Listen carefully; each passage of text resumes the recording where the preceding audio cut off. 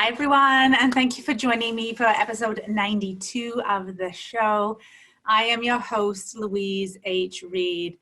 You hear me say a whole bunch of these things every week, and good news is changing soon. But in the meantime, with listeners in over 145 countries and millions of iTunes downloads and ongoing podcasts, I'm here live every week to talk life and leadership with everyday people living extraordinary lives.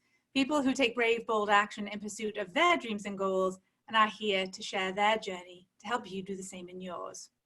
There's nothing more valuable than time. I say it and Oprah says it in case any of you are Super Soul listeners.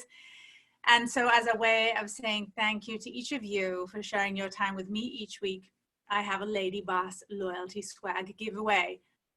And I have been really bad at this the last 2 months, but I'm happy to say the new stuff has arrived. And so I'm drawing two winners who are loyal listeners, who show up every week, who send me messages, who continue to offer support and take lots from these shows. I love you. I love all of you. And so two winners that I'm drawing this week, they are Lori Ball and Olivia Schmidt. So I'll be reaching out to you two, and I will get your new swag mailed to you because we've got new swag that has arrived. Anyone else who wants to get their hands on some of this exclusive Lady Boss loyalty swag, simply comment on a podcast episode with the hashtag Lady Boss Loyalty wherever you catch this show, whether it's on Facebook, YouTube, iTunes, and you're automatically entered. So today is a special episode of the Louise H. Reed Show. It's like a mashup of my regular show and Chime In Tuesday with Ellen Jay, which was a not so consistent but oh so fun show that my partner Jay Andrews and I used to do together. I figured we all need a little pick-me-up, a little more light and laughter right now. So here we are, Chime In Tuesday on the Louise H. Reed Show. If you want to check us out and see the facial expressions that apparently Jay and I exchange with one another, this will also be posted on YouTube. So please check that out. That seems to be what we hear from our listeners. Get the biggest kind of laugh. So check that out. So here we are, Jay. Welcome to the show again. Thank you for having me. How's it going? It's good. Excellent. Before we start the show, I want to read something to all your listeners out there. And I'm not asking you to tell me who wrote this or who said this, but I think this should set the tone for the show. Okay. Can I guess who said it? No. Okay. Well, of course you can. Okay. But let me finish first, okay, and then you can go ahead. All right. So don't cut me halfway through. Go ahead. Are you sure? Can I go now? You're usually the one that says that to me. Go ahead. Whenever you're ready. Okay. Don't worry about a thing, because every little thing is going to be all right. Singing, don't worry about a thing, because every little thing is going to be all right. Da, da, da, da, da, da, da. And how appropriate to start what we are all dealing with, but a little Bob Marley to let everybody know that everything's going to be all right. Well, cheers to that. Cheers to that. And for all you listening right now, we have our Superman and Wonder Woman mugs, raising a cup to all of you out there in Radio Land, Podcast Land. Cheers. Cheers to all of you. So, yeah, we said we weren't going to talk about COVID. So we're not going to talk about COVID. No. I do think, like I said at the outset of the show, that we all need a little bit of a break from this. Yet, at the same time, it's the reality in which we're all living in. And so Jay and I had put a call out and sent some texts out and messages to listeners of the show, as well as people who know us quite well, inquiring what they might like to hear us talk about. And so we heard quite a few different commentaries, but the main theme was, please no COVID. Yes, and I didn't want to talk about it, so you had no worries on mine. Yeah. Anyway, so I've said it about 3 or 4 times already. I wonder what the count is going to be. Let's not go there. And so where do you want to start? Where do you want to start with all of the feedback that we got from our friends and listeners of the show? So I think one of the big things that we heard from people was about communication. And we talk about it before all hell hit the fan. Before what? Hell hit the fan. Oh. I can't swear. Oh, I can swear on your show? Yeah. All right. Do you not listen to my show? I do listen to your show. Do you remember Valerie Gordon actually placed something just so for you on my show? Yes, she did. But I was trying to be a gentleman. But anyways, before shit hit the fan, we all knew how much communication is with everything, and how more prevalent is communication in regards to what we're all experiencing at this time. And I think it sometimes takes a situation to shine the bigger light on what we take for granted, as simple as something that we are doing right now, communication. I think we do that in lots of ways, for sure. And I don't know if communication is one that has been impacted as much as this situation now. And so I know that a few people were interested about communication in the context of you and I. I think we're hearing a lot about communication in the context of employees and employers, and that is all important. And I do a lot of work in that domain, and I do not mean to for 1 second to minimize the importance of that at all. That's just not the focus of the show. I think that it's really highlighted, when you're in the same, we're in the same space 24/7. But you and I, thankfully, we have a good-sized home, but communication and boundaries, wow, I don't know if that spotlight that you were referring to has been shone on relationships from a communication point of view as much as it has now ever before. And I think it's really easy when you're in a relationship, or when you're with your kids, or say your parents, roommates, friends, whatever the scenario is, the verbal communication part, you pretty much got a grasp on. The big communication part is the body language, and being able to read someone and to read their facial expressions and their posture. Because let's face it, everyone out there, how many times has someone said everything that your little ears, or in my case, big ears, want to hear, and then you're reading their body and they're saying completely the opposite? And so has that happened? Has that happened since we've been under this, we've been on lockdown pretty much. This is week 2. We're in Ottawa. We're not talking about this. Okay. But go ahead. We have been in lockdown. We have been locked down. I guess I was curious to know, though, you were talking about just a hypothetical person. I'm curious. Do we have a Bible in the house so I can put my hand in the Bible and say, I swear to tell the truth, the whole truth, and nothing but the truth, so help me God? No, I like to think that we're all perfectly imperfect, and no two people or no group of people will always agree on something, or will always follow the line, or I don't want to say you have to listen to everything that person says and I'm towing the line. But what I'm trying to get at is there'll be some discrepancies, or you'll have your own different thoughts or takes on a situation. That being said, you really need to be able to read what somebody is physically saying. And I think that is something that gets lost on a lot of people because they're so hung up on the actual word. I disagree. I don't think they get hung up on. I'm shocked. Excuse me, I could have fell out of my chair at this moment. I'm shocked. You disagree? I disagree, I know. How often do I actually agree? I don't. I'm going to take a drink and pretend I'm answering as you asked me that. So what was the question again? So I was just saying I disagree. That was the question. It's how many times? How many times do I say I agree? That's not true. I do agree. I can't chug this whole thing, hun. Okay. Anyways, go ahead. about what was I saying? I said I disagree. What did I disagree on? I disagreed You're on, disagreeing on the the words. You know what? Okay, so maybe I kind of agree. I think people get hung up.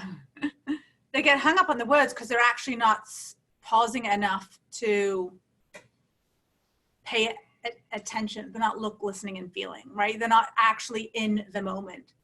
They're listening to the words so then they can just respond. So they're listening, not hearing. I know that's a real thing. I don't get that. All you see, all you people listening on the show, they're here to these little pauses because I'm being very theatrical. So if you tune in to the YouTube, you'll see and you'll giggle along. But yeah, never mind. Go ahead. I was just taking a deep breath. Mm-hmm. No, you were going to say, please go ahead. I apologize. I interrupted you. No, that was it. The end. That was all I was going to say. So from a communication point of view, I don't think people don't listen to understand. They don't seek to understand. That's what I think. We're too busy. Okay, well, situations can arise and you're not busy anymore. So what's the excuse then? I think we're in this automatic way of being and interacting. I think it becomes autopilot. So how do you take something that's in autopilot and take it off? So when we're in a car, we just hit the button and boom, we're on cruise control. And it's a simple fact that we can hit the button again and then, or hit the brake or whatever vehicle you're using, and then we're off cruise. So how do we get off cruise control in this situation? It's easy and difficult at the same time. And I knew you were going to say something like that. Go ahead. Because when you take your car off cruise control, you've got the awareness that you're on cruise control and you choose to hit off. When we're on autopilot at cruise control in our life, we often don't even know. We're often not even aware that we're on cruise control. So when the signals of being on that correlate to reading someone's body language and then understanding that, oh my gosh, we're on cruise control, and then that's when we tap it. So being more alert of what one's language is speaking from a physical standpoint is your foot hitting the brakes and getting off cruise control. Yeah, the equivalent would be noticing that. The equivalent of yes. The answer is yes. Yes, I agree. Oh my gosh. Everyone at home, because no one's driving a car right now because you got no place to be at this moment. So you write this on your calendar. Jay was right. I didn't say you were right. I said I agree. Which means I'm just right. Kidding. I'm just kidding. I say you're right a lot. Yeah, well, it's not when I'm in the room. That's not fair. When I'm leaving the room. That's not fair. Once again, I disagree. So how is this, do you think, intensified? How is communication intensified during? I think what happens is that we use television, our cell phones, our work, kids going to different events, our job as excuses to avoid conversations or to just kind of sleepwalk through the day. And that's autopilot. Yeah. And right now, all that's been taken away. And I think, there was a study that was done, and I'm trying to remember. So I'm not going to quote the doctor on this 100% correctly, but it was. So maybe don't quote the doctor then. But I'm going to paraphrase. Essentially what it was is that when young people came into the hospital after a serious car accident, the first thing they would say is, oh my gosh, please call my parents. They were very concerned about, getting in contact with the family. Now, when a young person gets in an accident or something horrific or bad happens and they're in the hospital, the first thing they say is, "Where's my phone?" It may not even be a young person, could be a person of any age. What I'm trying to get at is we are so now hooked into this life of speed, speed, speed, speed, speed. Whereas, you know,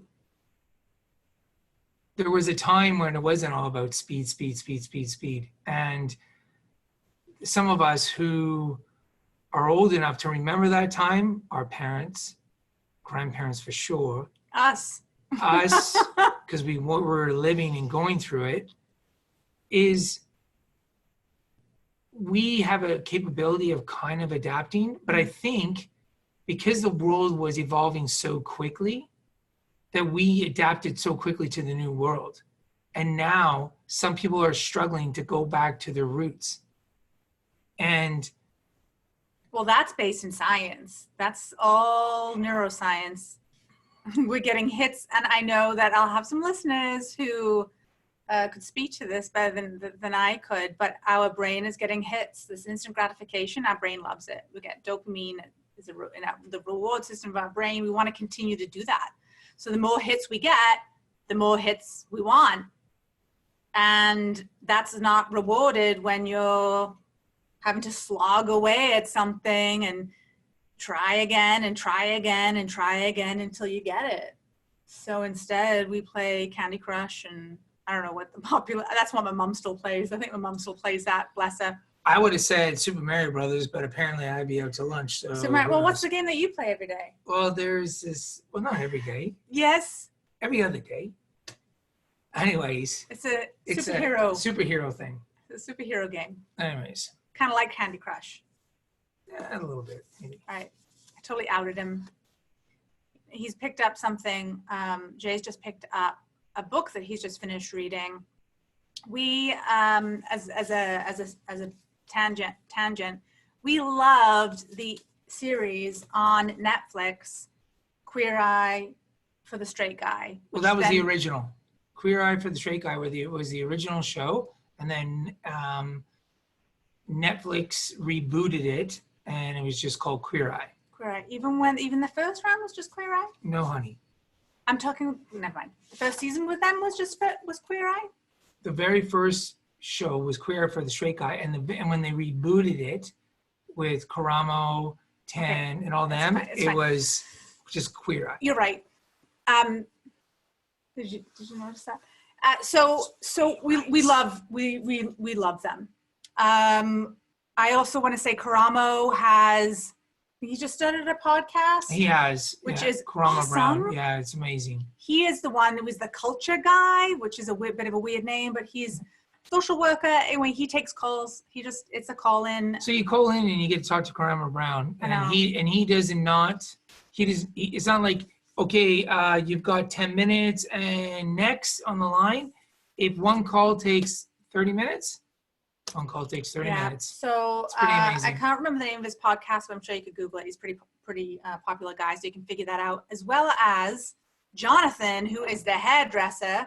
Shout out, he is just hysterical. We've started listening to his podcast. Binging Jonathan's podcast. You need to check that out. I think you'd have to have enjoyed Queer Eye or know Queer Eye. Otherwise, you would wonder what the hell this podcast host was on. Yes, but it's called Just Curious. Just Curious. Yeah. Hysterical, and you learn a lot. He brings on really, really smart people, doctors and PhDs in a whole variety of domains. Some celebrities. Yeah, and they have some interesting conversations. Yep. Very different. Essentially, it's whatever he's just curious about. So all that to say, this is a total bunch of preamble that's kind of irrelevant, only linked because Jay just picked up a book that he just finished reading. I think it's got a quote or something. Yeah, I just want, Karamo Brown, he has his book called My Story of Embracing Purpose, Healing, and Hope. I believe this is a must read. It's his life story, but there is a thing at the very end of the book. And we were just talking about communication, and I just felt like, this is perfect. So I'm just going to read quickly from this book, and then I want you to chime in. All right. You're going to let me know when I can chime in, though? Yeah, of course. Go ahead, you'll say. Yes. All right. It says, we need to remove the lenses that causes us to see the world in black and white. There is an emotional gray area that connects us all. I believe that we can and will get better as a community and as a nation. There is a real way forward through empathetic listening. Empathetic listening is so important because if all we do is talk, then we will never hear the other person. And if I had a mic, I would just drop it. So I wish that was me, but it wasn't me. But I just saw it, like when you were just talking, I'm like, oh my God, I so remember that part in the book. So anyways, I thought I'd share that. I Thoughts? like that. I like that. I need to remind you though that all this shuffling and noise is really picked up on the podcast. It's my first day. No, I really like that, and I look forward to reading Karamo's book. We listened to Karamo. He was a guest on someone's podcast. It was a 2-hour podcast. It was a 2-hour show. Yeah, and we listened to it twice. Yeah, it was incredible. Twice. It was that profound. Like we listened to with just the two of us, and then what we did is that we were driving to see Louise's parents, and we had our kids with us, and the boys listened to it, and they loved it. It was great, and it was really good. Were those your words or theirs? Well, there's 4 kids. 1 slept, 1 half listened, and 2 did. So 2.5 out of 4. I'll take those odds. That's pretty good. That was pretty good. That's pretty good. Considering they're all teenagers. So I know you've also read, there are 4 guys on Queer Eye? 5 guys. 5 guys on Queer Eye. 5. Oh yeah, 5. And you've just recently finished reading another book of one of those guys on the show. Yep, and it was Tan France. Natural Tan. He's awesome. Yeah, it was great. It was a very good read. I'm not going to give anything away from the book. What I have to say though, and this is one thing about people. Just one thing. One particular thing about people. When we see people, and they don't have to be a celebrity, but we see people in the office, we see people at family gatherings, and we see them and we see how they interact with other people, and we get this notion of who they are. And then all of a sudden, they may go somewhere else, and then this completely other person shows up. Now, I'm not saying that Tan France is fake, because he's not. But there's one thing on the show, and I believe they've obviously done this for TV reasons. They've edited out some of the language. But he's got a bit of a sailor mouth. So uses colorful language in the book that shocked you. Yes, very much so. I remember. And for that reason, I'm in. Valerie, I'll send you a copy of the book.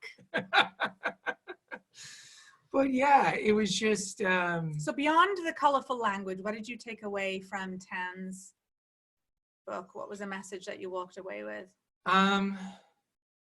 There was a couple of things. I mean, I really believe that...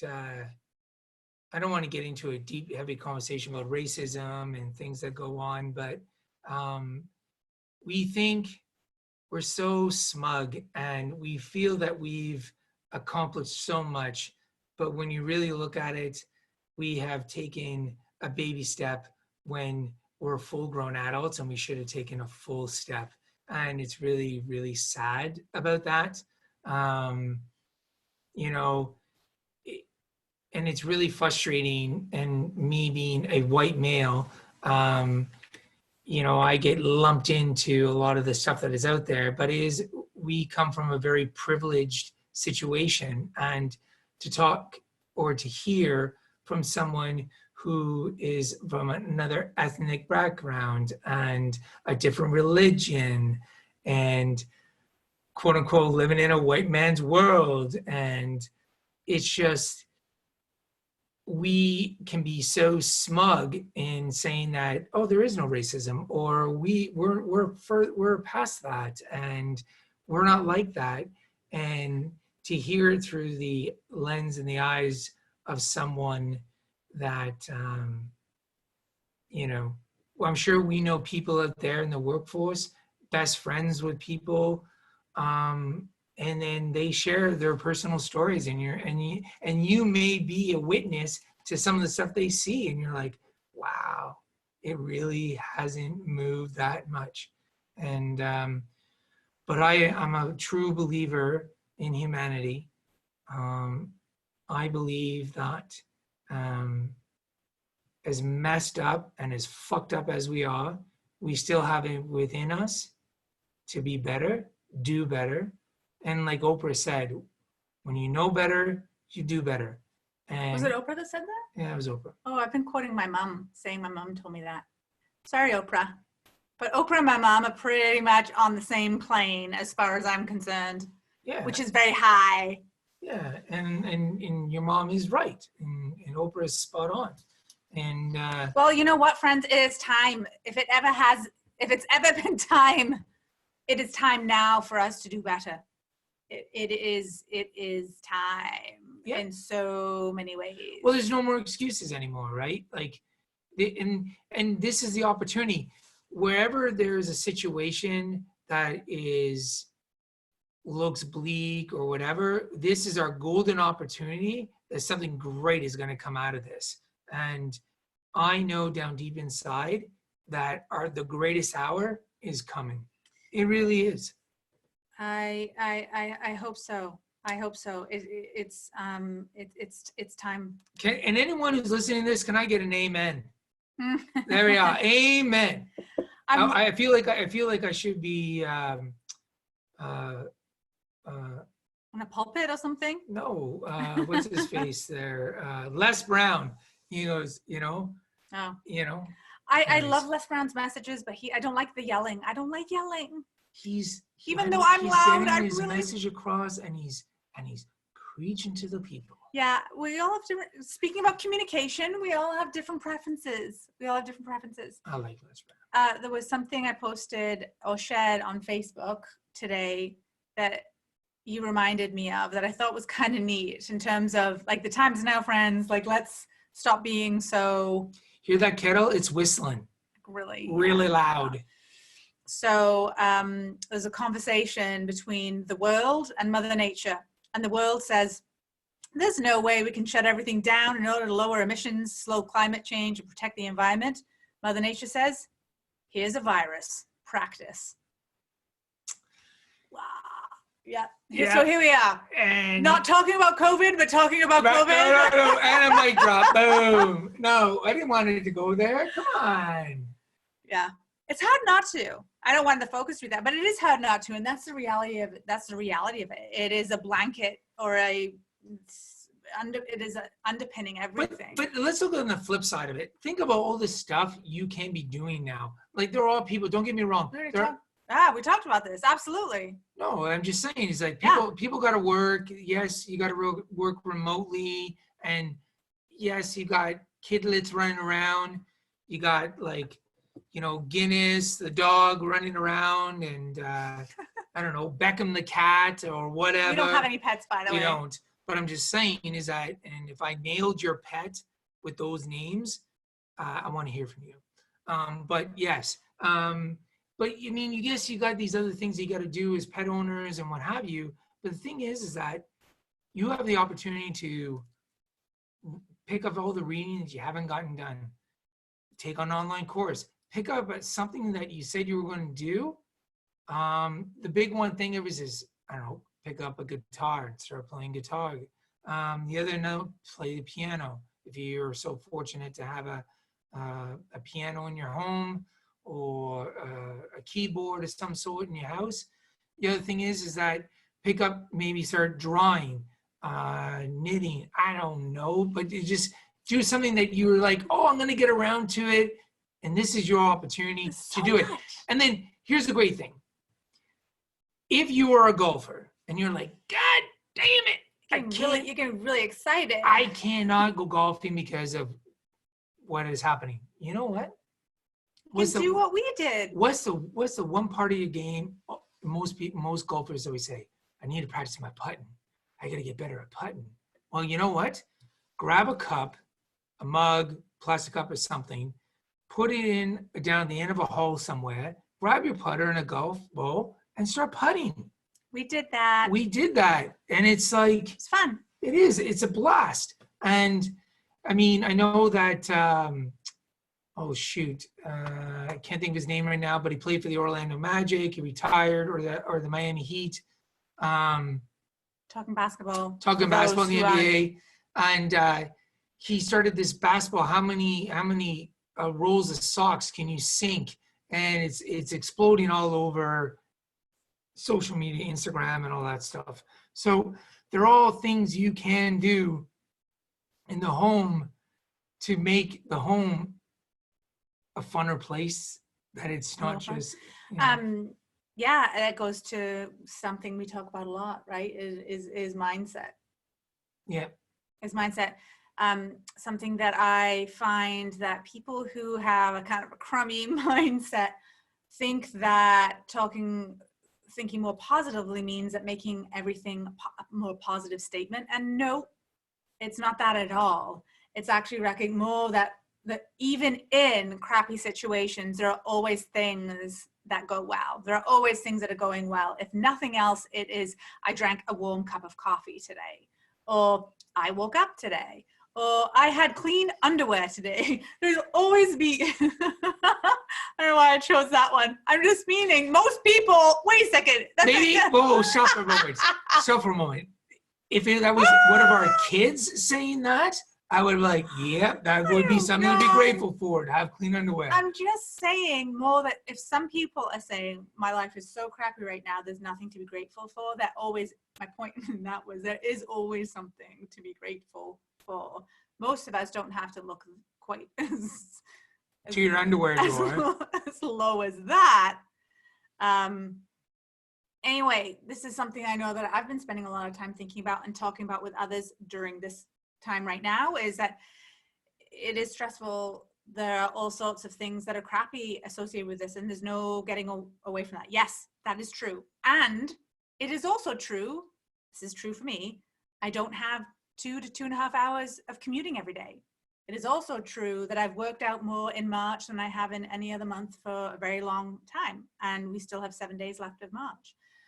It is also true that you and I have lunch every day together. Yeah. And the list I was able to get out for a run. Right. Which I never had an opportunity to because it's just been busy. So it's just, I hate that word. I used to hate the word patience, and that's a whole other story. But the word busy, I think, it's just thrown around like it's pouring water out of the tap. It's just, that's what comes out, and we just say we're busy. We use busy for everything, and it's the biggest excuse, cop out, crock a crap out there. Would you rather say you're not enough of a priority for me? Because really, that's would be the. I am never too busy for you. No, I don't mean you and me. I mean, if, you run into a friend, I've not seen you for a really long time. Oh yeah, well, I'm sorry, I meant to call you. It's just been really busy. So would you rather have someone say, I can't talk to you right now because of A, B, and C? Or would you rather someone say, I'm busy, gotta go?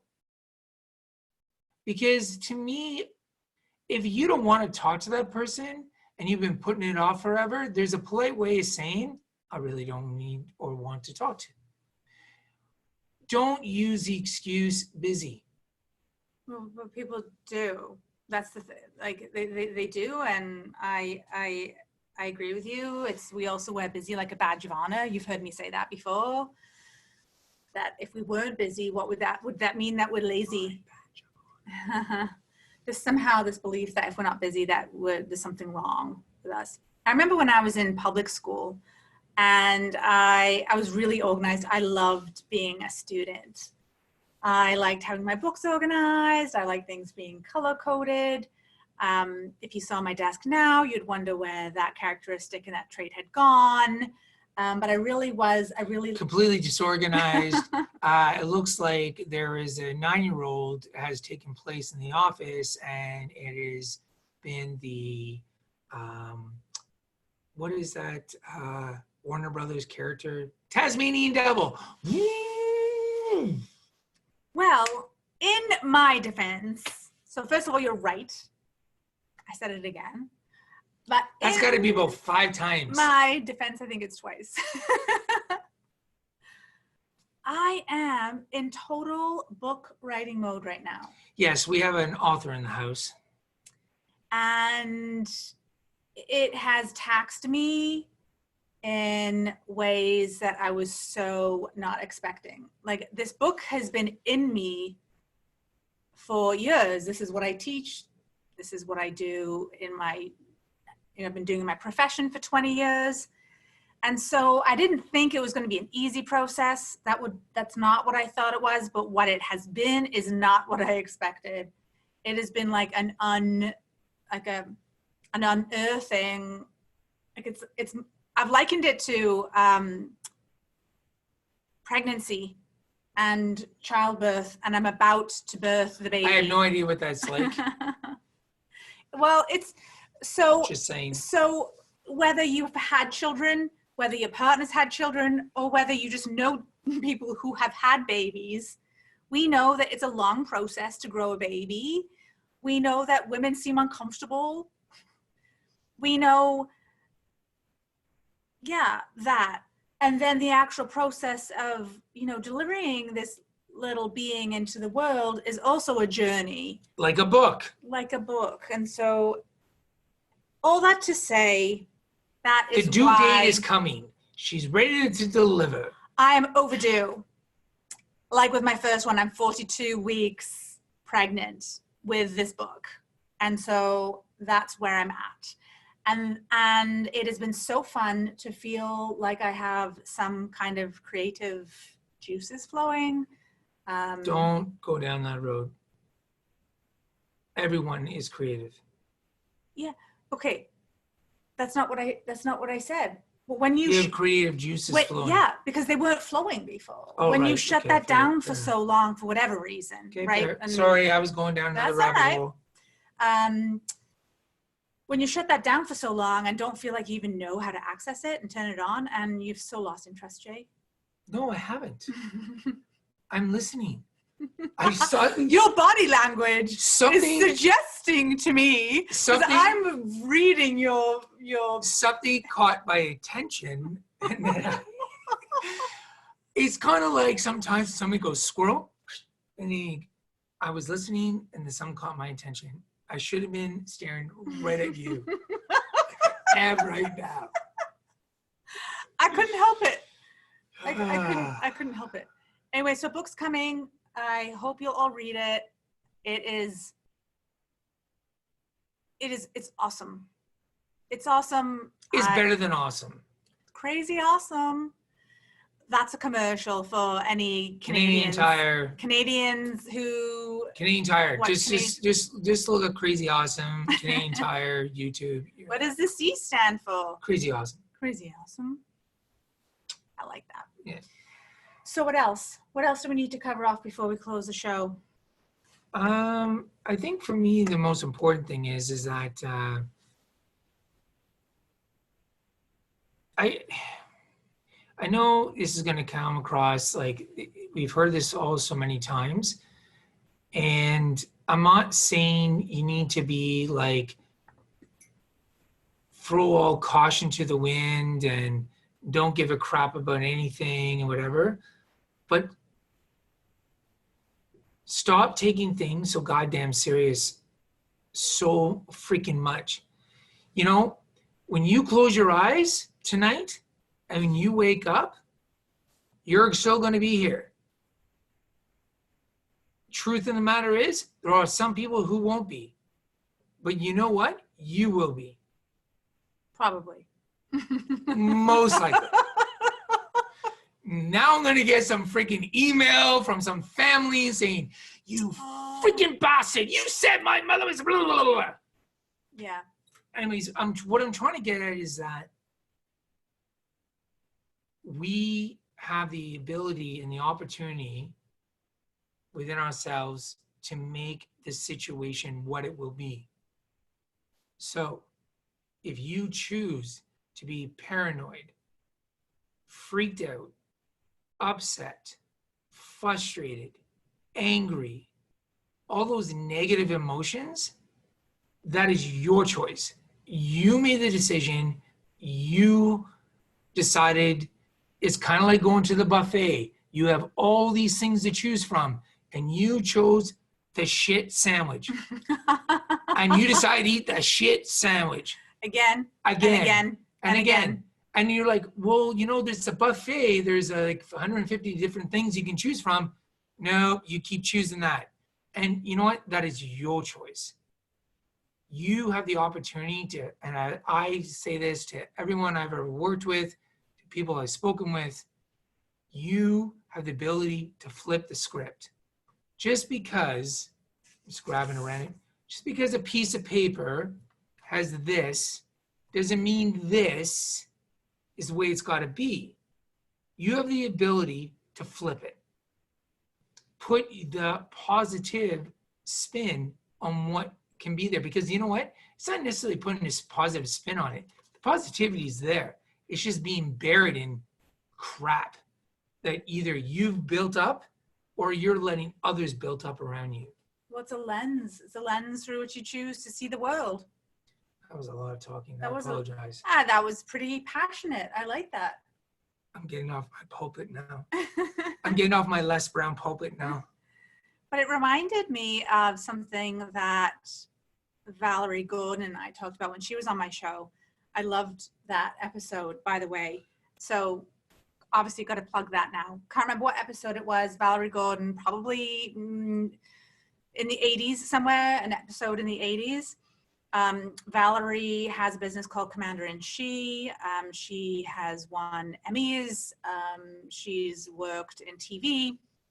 And she's a storyteller. And what I really liked about, well, one part I liked about what she was sharing on the show was how, and you talk about this a little bit too, Jay, which is why I brought it up now, is you often talk about, you can choose to start writing a new book. Like all of, if your books represent in the library represent, different books, parts of your life, you can, all those books are still there. I'm not saying it as well as you do, but all those books are still there. You're butchering it, but that's okay. I know, I'm sorry. Anyway, so Valerie was talking about this in the context of chapters. You can choose to start a new chapter. And so choosing today, what's the chapter going to be? And you start writing it. And it is that simple. It is that simple. I was watching a Bob Newhart. Sorry, my turn to talk for a little bit now. I was watching a Bob Newhart video. I think it may have been a Saturday Night Live skit. I can't even recall it. However it's been clipped, it doesn't suggest it's an SNL clip. But it's on YouTube. And Bob in this skit is a therapist, and he has someone come into his office. And before they start talking, he says that he explains what his fees are. His fees are $5 for the first 5 minutes, and after that it's free. And asks the person who's getting help from him. Obviously, this is a skit. This is made up. Just to be really clear, in case it wasn't already. Wow, that's a deal of the century. $5. $5. And he said, because none of my sessions last more than 5 minutes. And so he's like, so why are you here? What do you want to talk about? And so she expressed that she was there because she has this terrible fear of being buried alive. He asked a few questions like, well, have you ever been buried alive? Or has someone tried to bury you alive? have any of your family members been buried alive? No, the answer to all of this was no. He's like, well, I have 2 words for you. And she said, well, do I have to get out a pen and paper and write it down? He's like, well, it's pretty simple. Most people that I share this with usually remember it. And she pulled out her pen and notepad anyway. And he yelled at her, stop it! And she said, but I can't, because when I start thinking about it, it gets me all stressed out and I can't go into tunnels. And he just kept yelling, then stop it. And not to diminish the very real mental health challenges that a lot of people have. I've got my own, I've been open about that before. But there are certain things, like you were just saying, in terms of, do we choose to eat the shit sandwich? Stop eating the fucking shit sandwich. Yeah. Just stop it. You know, and Kevin Rempel, who was a guest on your show, you know, Kevin says, be the hero of your story. So we've all read stories. There's always a hero in every freaking story there is. And why can't you be the hero of your own story? And you know, his book's still standing. Quick read. I recommend everyone to read it. Anyways, I agree with him. You be the hero. Be the hero of your own story. Or Shiro. Or Shiro. Be your own Shiro. Sure. Shira. Do you remember that show from when we grew up? Yeah, Shira and He-Man. Shira, Princess of Power? I would sing it, but I'm not going to. No. Did I say that too quickly? My favorite show from back in that time, I used to watch it every morning at 8 a.m. before I went to school, was Gem. Oh my gosh, Gem. She was the singer in her band. Truly outrageous, truly, truly, truly outrageous. Whoa. Gem. And something about being contagious. Outrageous, contagious. And all you at home singing along, and your partner's looking at you, or maybe you're singing alone, or your dog's looking at you right now going, Yeah, Gem. What other great 80s shows did you like? Well, I was talking about this one with you yesterday, because it's in my book. I've been plugging my book in my previous shows, but it's in my book. Easy. Different Strokes. Oh, that was a great one. Family Ties. Family Ties. Mrs. Garrett. What was that show? Oh, with shit. Tootie. Yes. No, that was. That's not Family Ties. That was Michael J. Fox. Right. It's with all the girls and they're in the school. Yep. And George Clooney was in it. Right. He was a delivery man, I think. Oh man, I can't think of it right now. It'll come to me when we get off the show. Someone send me a message. Tell me what the show is called. Facts of Life. Yes, thank you. Who's the Boss? Who's the Boss? But now, if we want to really like skate back, not in the 80s, but it was back, but I still love it, was Happy Days. Oh, well, that was in the 80s. It started before that, but it was still. And Welcome Back, Kotter.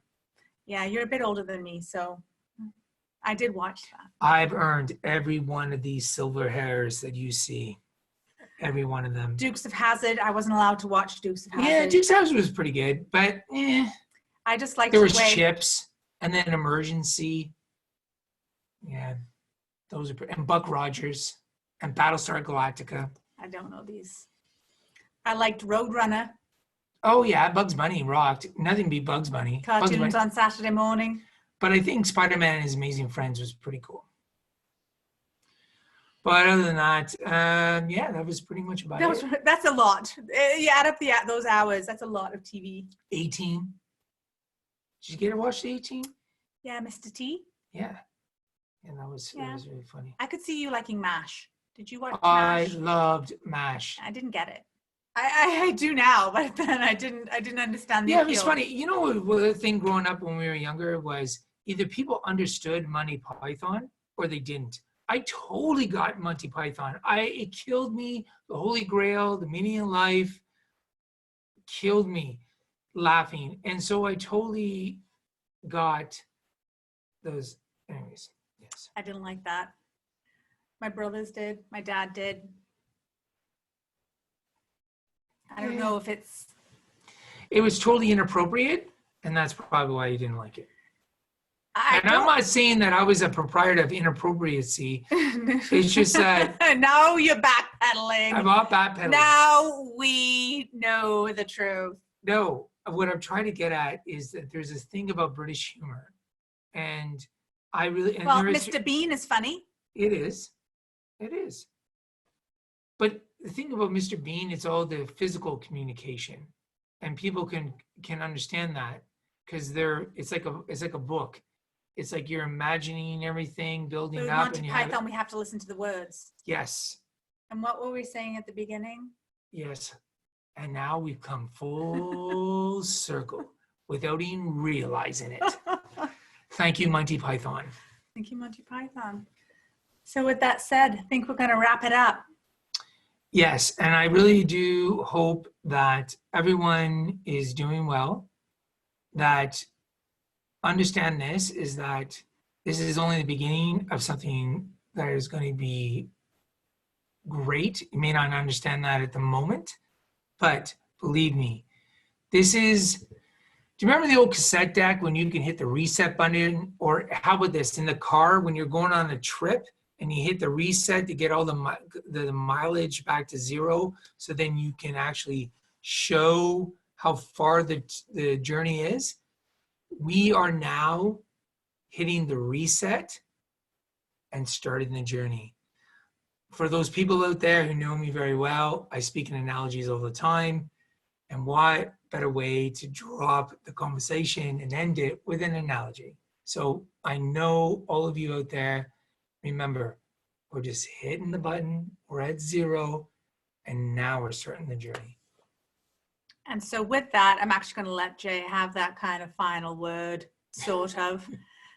5 times. I want to thank you, of course, Jay, for having fun with me today. I hope you had fun with us as well.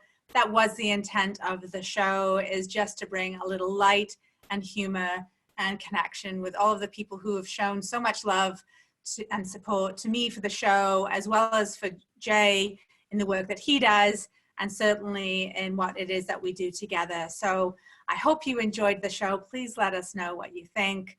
And you can check out, like we said, on YouTube to catch the video, and you can catch any of my former guests and those episodes either on YouTube, or you can find them anywhere you like to catch your podcast, or on my website, louisehreed.com.